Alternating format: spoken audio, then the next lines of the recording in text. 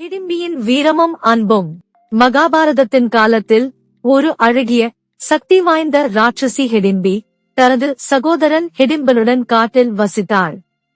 ஒரு நாள் பாண்டவர்கள் குந்தியின் தலைமையில் அந்த காட்டில் தங்கியிருந்தனர்.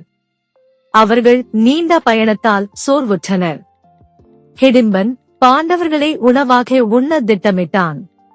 தனது சகோதரியான ஹிடிம்பியை அவர்களை தேடி அனுப்பினான்.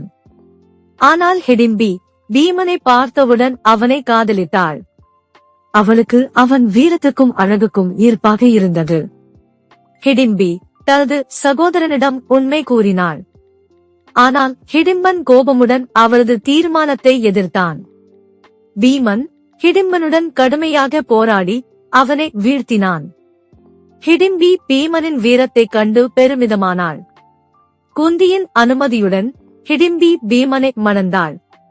அவர்கள் மலைமகளில் அமைதியான வாழ்க்கை வாழத் தொடங்கினர். சில மாதங்களில் ஹிடிம்பிக்கு ஒரு மகன் பிறந்தான்.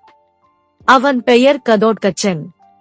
அவன் பீமனைப் போல் பேரழகு, வலிமை மிக்கவன். பாண்டவர்கள் அடுத்த பயணத்திற்கு புறப்பட்ட போது ஹிடிம்பி கடோத்கச்சனை வளர்த்து தனது குடும்பத்திற்கு நேர்மையான வாழ்க்கை அர்ப்பணித்தாள். அப்போதிலிருந்து ஹிடிம்பி ஒரு நல்ல ராஜ்யம் நிறுவி மக்களை பாதுகாத்தாள். அவளது பெயர் என்றும் மகாபாரத வரலாற்றில் விழுந்தது. முருகப்பெருமானை நம்பினாள். சேனலை லைக் செய்யவும், உங்கள் எண்ணங்களை கமெண்ட் செய்யவும், வீடியோவை பகிரவும் மற்றும் சேனலுக்கு குழு சேரவும்.